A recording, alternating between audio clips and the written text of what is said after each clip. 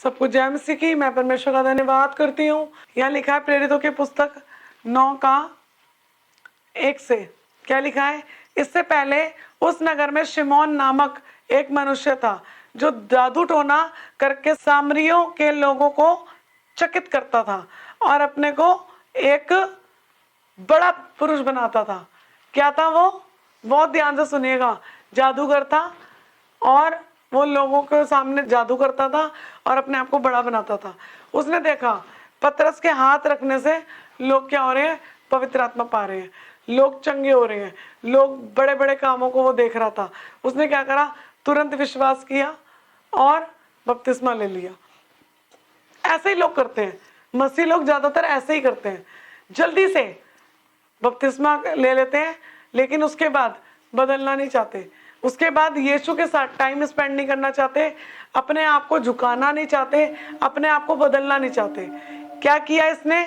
जब इसने देखा कि इतने बड़े बड़े काम हो रहे हैं, इसने कहा, परंतु जब उन्होंने फिलिप्पुस का विश्वास किया जो परमेश्वर के राज्य और यीशु के नाम का सुसमाचार सुनाता था, तो लोग, क्या पुरुष क्या स्त्री, बपतिस्मा लेने लगे। तब शिमोन ने भी स्वयं भी विश्वास किया और बपतिस्मा लेकर फिलिप्पुस के साथ रहने लगा।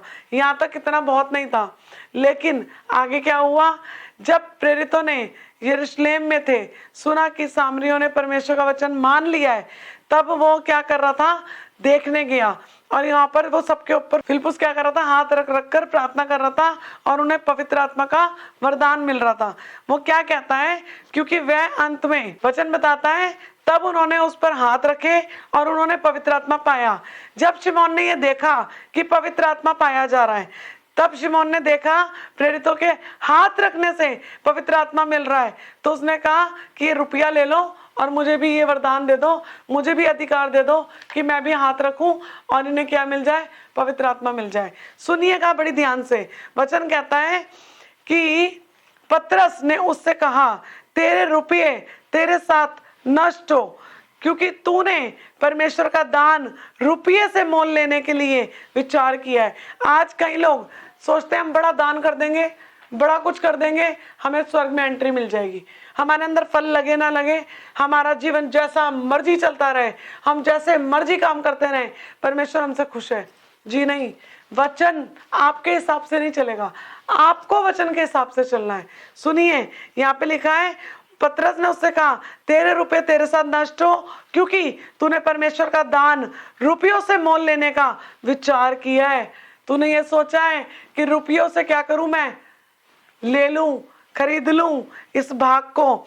इस बात पे पतरस कह रहा है, इस बात में ना तो तेरा हिस्सा है ना भाग है, क्योंकि तेरा मन परमेश्वर के आगे सीधा नहीं है। इसलिए अपनी इस बुराई से मन फिराकर प्रभु से प्रार्थना कर। संभव है कि वह तेरे मन के विचारों को क्षमा करे, क्योंकि देख, मैं देखता हूं कि तुझ में पित्त किसी कड़वाहट और अधर्म के बंधन में तू पड़ा है। आपको पता है ये पित्त किसी कड़वाहट क्या है? ये पित्त किसी कड़वाहट की बात वो क्या कर रहा है? मैं आपको बताना चाहती हूँ, ऐसे ही बहुत से लोग कड़वे होते हैं, चर्च में रहते हैं, चर्च के चीजों में हिस्सा लेते हैं, बपतिस्मा ले लेते हैं, अपने आप को चर्च के हर चीज में भागी करते हैं, लेकिन उनका मन परमेश्वर के सामने सीधा नहीं होता। उनका मन टेढ़े रास्ते पर चल रहा होता है, मन में पित्त किसी कड़वाहट होती है। वो सोचते हैं हम ज्यादा टाइट देकर, या हम ज्यादा कुछ देकर, या हम पास्टर के साथ ज्यादा क्लोज होकर हम अपने रिश्ते को सही कर लेंगे। आपके पास्टर के साथ आपका रिश्ता कैसा भी क्यों ना हो, लेकिन आपके यीशु के साथ आपका रिश्ता सीधा होना चाहिए। ध्यान रखिएगा, यीशु मसीह न्याय करेगा, पास्टर का भी न्याय होगा। लेकिन अगर आपके अंदर पित्त किसी कड़वाहट है, तो आप कभी भी दाग की बारी के अंदर अच्छी फसलें नहीं लगेगी, उनमें निकम्मी ही फसल लगेगी। अच्छे फल लाने के लिए आपको अपने मन की कड़वाहट को दूर करना है, प्यार करना है। मैं आपको फिर कह रही हूँ, मैंने देखा है कुछ लोगों के अंदर कड़वाहट होती है, वो अपनी कड़वाहट को दूसरे में फैलाते हैं, वही कड़वाहट पूरे कलीसिया में फैल जाती है। अपनी कड़वाहट के लिए प्रार्थना करें, बोले परमेश्वर मेरे अंदर इस कड़वाहट को दूर करें, मैं आपको बताऊं, माफ करना आसान नहीं है। हमारे साथ लोग चीट करते हैं, हमें माफ करना पड़ता है सिर्फ इसलिए क्योंकि यीशु ने किया है। अगर हम माफ नहीं करेंगे तो हम यीशु के जैसे कैसे बनेंगे? अगर आपको यीशु के जैसा बनना है तो उसके लेवल का प्यार भी करना पड़ेगा। मैं आपको बताना चाहती हूँ कि लोग कैसे भी क्यों ना हो, आपको तो यीशु मसीह की तरह ही करना है। दूर हो जाएं, करीब ना आए, ज्यादा माफ कर दें, लेकिन कड़वाहट ना रखें, क्योंकि आपकी कड़वाहट औरों में फैलेगी। और परमेश्वर का वचन कहता है, एक कड़वी जड़ पूरी कलीसिया को कड़वा बना देती है।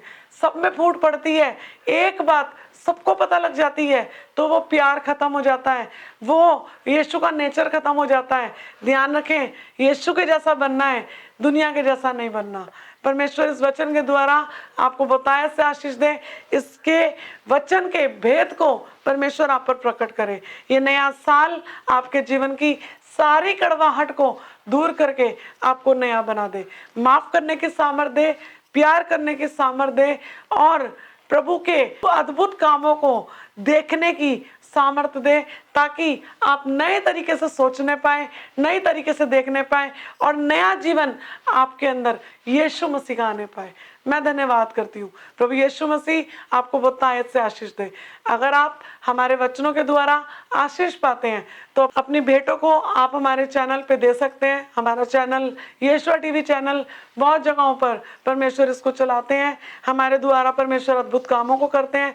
और मैं विश्वास करती हूँ कि जो भी आप परमेश्वर को देंगे उसका 1000 गुना परमेश्वर आपको लौटाएंगे, क्योंकि उनका वायदा है और अपने वायदों में वो पक्के और पूरे ईमानदार हैं।